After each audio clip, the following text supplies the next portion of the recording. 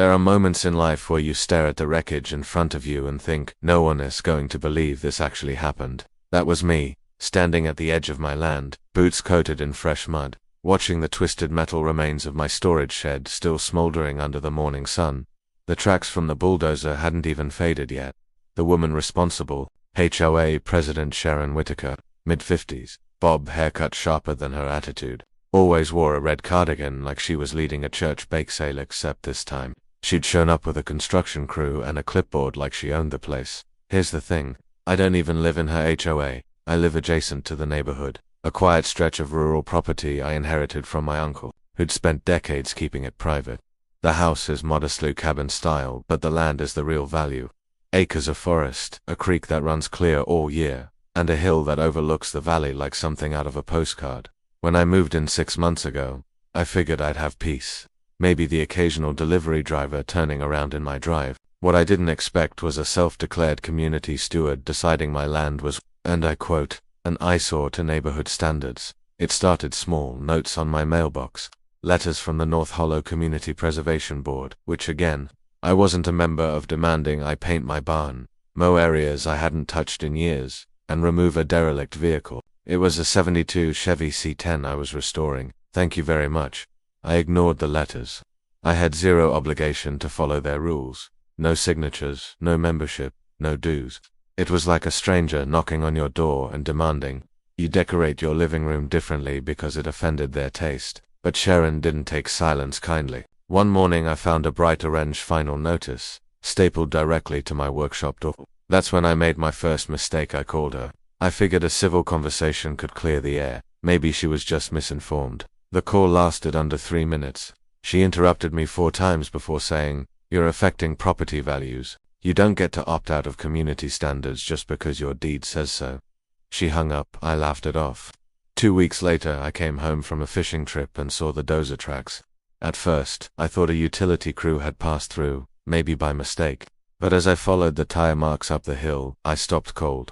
My equipment shed was flattened, my fencing 3 lines of barbed wire torn and rolled up like trash, the brush I'd cleared and left in piles, gone. Then I found the little laminated sign shoved into the dirt near the ruins.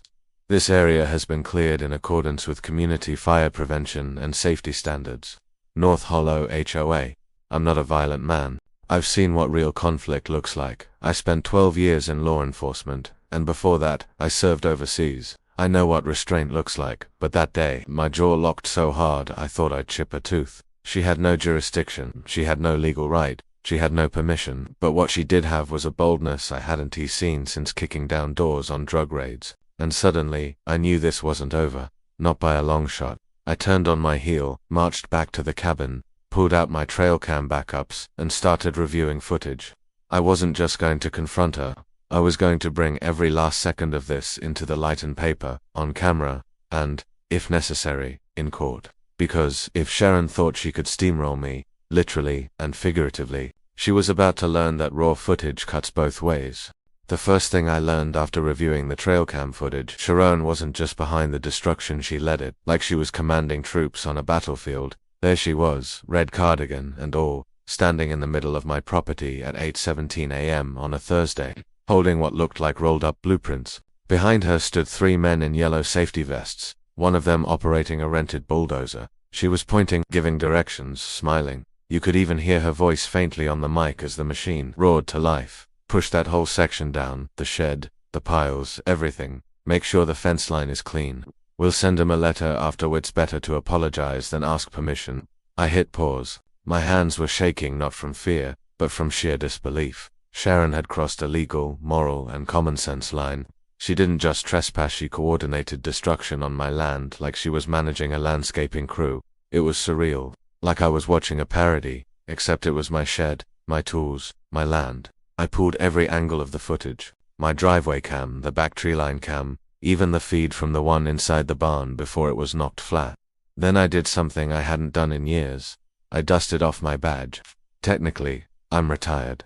I stepped away from law enforcement 2 years ago after a solid career. But I still have friends, contacts who respect the rule of law. People who don't take kindly to this kind of nonsense. So I called up one of them, Deputy Harrison from the county office. Good guy, level-headed. We'd worked together during a missing persons case years back and stayed in touch. When I told him what happened, he didn't say anything for a second. Then he just exhaled and said, "You got that on video?" "I've got everything, even her voice." He paused again. "Good, you're gonna want to bring that down here." By noon I was sitting across from him in the station conference room with my laptop open and the trail cam footage rolling. A couple of other officers watched too, and I noticed how their expressions hardened when Sharon gave her little apologize later line. Deputy Harrison leaned back, folded his arms, and said, "This is bad. She's not just trespassing, this is destruction of private property, and that's a felony." I nodded. "I want this pursued." Fully he gave me a slow smile. "You got it." What happened next was a snowball of accountability finally rolling in the right direction. That afternoon, officers drove down to Sharon's house in the HOA subdivision, not a raid, but enough presence to rattle the blinds. I later learned she answered the door with a glass of wine in hand, completely unbothered until they said the words criminal charges. Apparently, her face strained like someone flipped a switch. But that wasn't the only surprise coming her way. Earlier that week, Sharon had boasted on the HOA's neighborhood app about taking initiative to clean up the unsightly border zone. She didn't name me, but everyone knew who she meant. She even posted photos of the bulldozer work before it was finished, which meant she'd just provided written evidence, publicly. In her own words, "I sent screenshots of every post to Harrison. He added it to the case file, and within 24 hours, a formal citation was issued. Criminal trespass, felony destruction of property, civil harassment." She was served at her doorstep while hosting a tea party. But let me be clear, this wasn't about revenge. This was about stopping her from doing this to anyone else. Because I wasn't the only one Sharon had tried to intimidate. After word got around, I got messages, emails, even handwritten letters from people nearby who'd lived under the HOA's grip. One man, a veteran like me, said she threatened to fine him $500 a day for having an American flag painted on his shed. Another said she reported his teenage daughter to animal control because her dog barked at the mailman. This woman didn't just crave control, she demanded it legality be damned. The story wasn't done, not by a long shot. But that week, when I walked back across my damaged property, I wasn't angry anymore. I was focused. Because Sharon had tried to bury my land under a bulldozer, but she was about to find out you can't cover up the truth, especially not when everything is on raw footage. Sharon always walked around like she owned the entire zip code. That fake smile, the nose slightly turned up, the way she greeted people with compliments that felt more like evaluations. It was all carefully rehearsed. But now, that HOA president mask was starting to slip, and boy, when it slipped, everything came crumbling down. The local Facebook groups were the first to catch fire. I didn't have to post anything, someone else did. A neighbor uploaded a photo of the sheriff's cruiser parked in front of Sharon's house with the caption, "Guess even Queen HOA can bulldoze other people's property without consequences." The comment section exploded. Dozens of replies poured in. Most people didn't even know what had happened, but they'd all been waiting for a crack in Sharon's crown.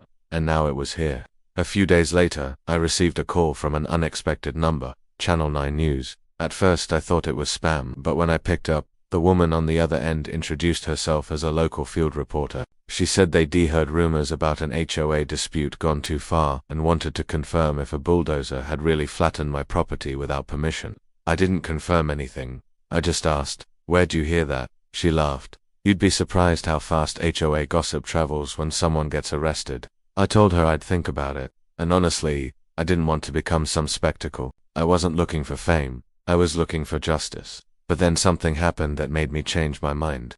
I got a letter from Sharon's attorney. It was a glossy, overpriced piece of intimidation wrapped in legalese. The short version: she was threatening to sue me for slander and malicious defamation if I continued sharing what she called unverified accusations.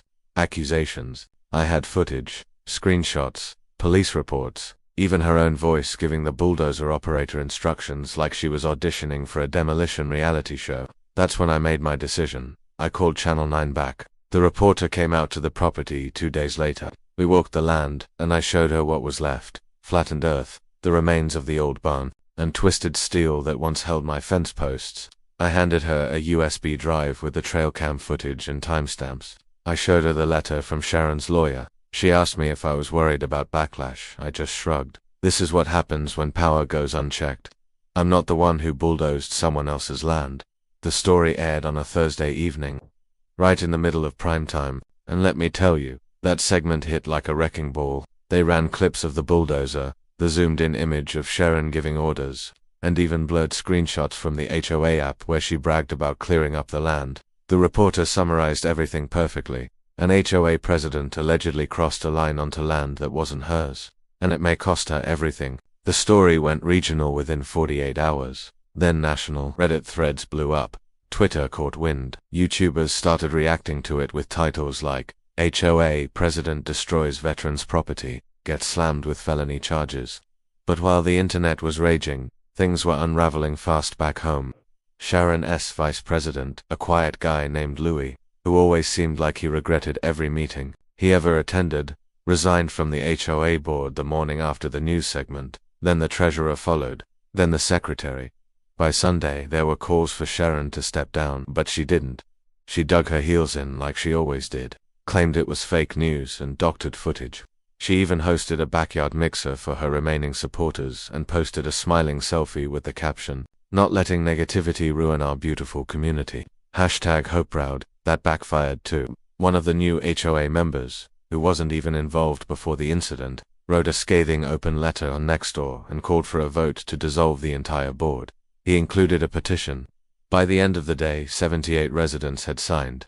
Meanwhile, Sharon's legal situation was getting worse. I'd filed a civil suit for damages, and once the footage was officially submitted, the judge fast-tracked the case. My insurance adjuster confirmed I'd be reimbursed eventually, but I wanted it from her. You bulldoze a man's property and lie about it. You pay for it, period. And while all this was happening, I rebuilt, not just the fence and the barn, but the land itself.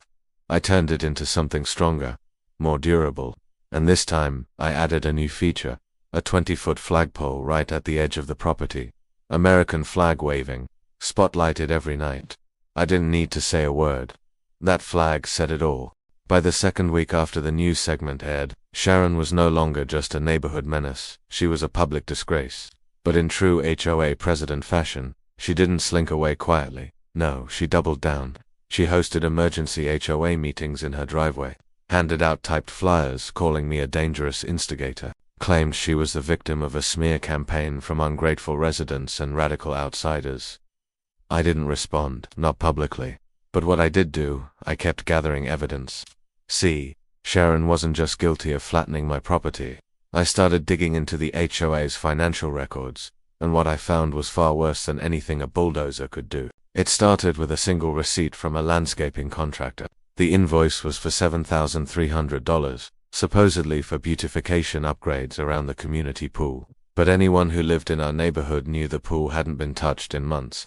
In fact, it had a broken filter and algae lining the shallow end. I started asking around. Turns out, several homeowners had been quietly suspicious for a while. Fees going up, but no improvements in sight.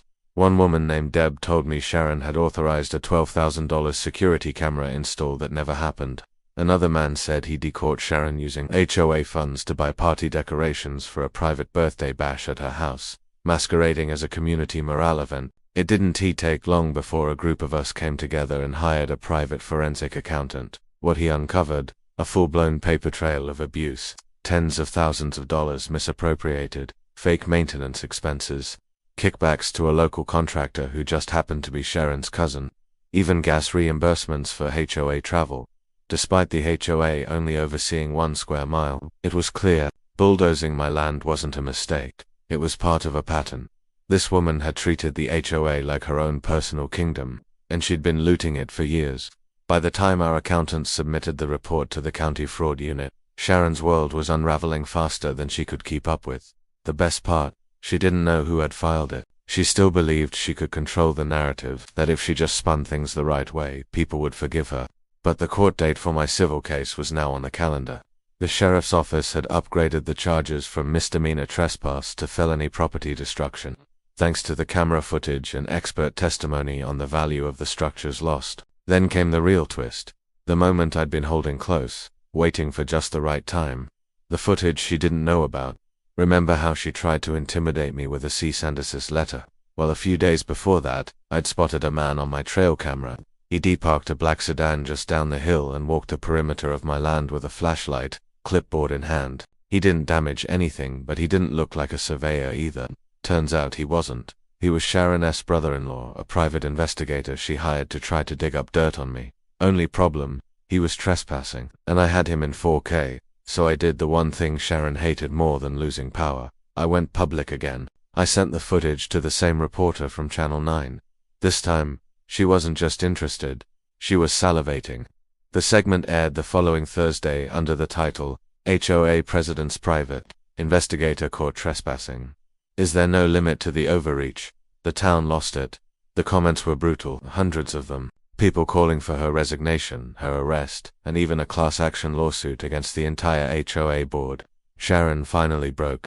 She sent out an emergency community email the next day saying she was taking a leave of absence to focus on her mental health and family obligations. It was her way of backing out without admitting anything, but it was too little, too late. The county seized the HOA's financial records. My civil suit moved forward with new evidence, and residents began circulating a petition, not just to remove Sharon, but to dissolve the HOA altogether. Even her allies turned. The new board president, a no-nonsense retired fire chief named Marcy, publicly apologized on behalf of the HOA. She promised transparency, restitution, and full cooperation with investigators. Meanwhile, I was finally seeing justice move in real time. The best part wasn't either lawsuits or the press or even the refunds being issued to residents. It was watching her facade crack, bit by bit. In front of the entire community she once ruled like a queen. Because people like Sharon believe they're untouchable. But once you shine a bright enough light, you see just how hollow their power really is. A few weeks after Sharon vanished from the HOA's official communications, her reign of intimidation officially ended, not with a bang, but with a quiet whimper, and a certified letter. That letter, a court notice confirming that my civil lawsuit was moving forward, and she was being held personally liable for the destruction of private property, trespassing, abuse of HOA authority, and emotional distress. And thanks to the forensic accountant's bombshell findings, the case no longer revolved around just one bulldozed property. It had become a showcase of years of misconduct, greed, and power-tripping wrapped in HOA paper. It wasn't just about my land anymore. Sharon had awakened something far larger, a fed-up unified neighborhood. I didn't expect what came next. People I barely knew started thanking me, not in passing, not just a nod on the sidewalk, but real, emotional gratitude. A family 2 blocks away brought me homemade pies and said, "We've lived in fear of that woman for 10 years. One guy gave me a 6-pack of craft beer with a smirk and said, "You did what we all wanted to do. You exposed her for who she really is." And then something happened that truly stunned me. The neighborhood voted to dissolve the HOA entirely. With Sharon gone and the corruption exposed, there wasn't a single compelling reason to keep it alive.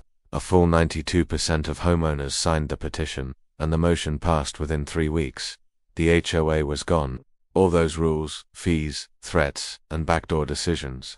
Erased with one vote. And the best part, with the HOA dissolved, I was finally free to rebuild what Sharon had tried to destroy on my own terms. I rebuilt my fence first. Not a cheap one, a heavy-duty privacy-style, pressure-treated barrier with solar lights built into the posts and cameras discreetly hidden at the corners. I added a wrought iron gate and a brass plaque that said, "Private property, trespassers will be filmed and prosecuted." But that wasn't the only upgrade. Where Sharon had flattened my vegetable garden and crushed my small tool shed, I decided to go all in and build something permanent. A studio cabin, tucked into the same clearing she tried to erase. I hired a local contractor to pour a foundation and erect a cozy 600-square-foot structure with a porch, fireplace, and views of the tree line, a little writing studio, a peaceful retreat, my way of reclaiming not just the land, but the piece she tried to steal from me. And guess what I mounted on the back wall? The original camera, the one that caught her standing there, triumphant and smug. As the bulldozer rolled over my fence like it meant nothing, now it was part of my decor, frozen in a still frame, printed and framed under the title, "Nice try." But karma wasn't done with Sharon yet.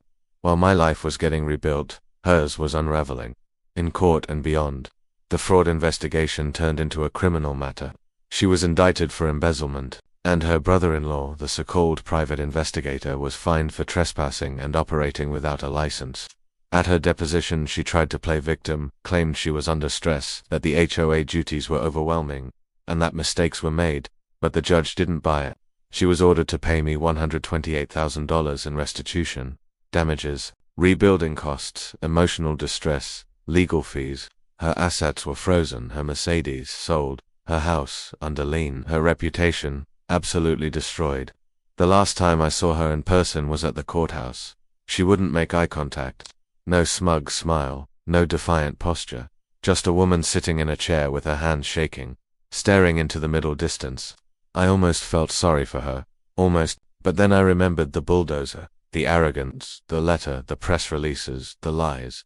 This wasn't a simple mistake. It was entitlement, weaponized, and it needed to be stopped. And now it was. 1 month after the trial ended, the local news aired a follow-up piece titled, HOA dissolved, justice served, homeowner reclaims property after HOA abuse scandal. They filmed part of the segment in front of my new cabin. I told the reporter, I didn't want a war, I just wanted respect.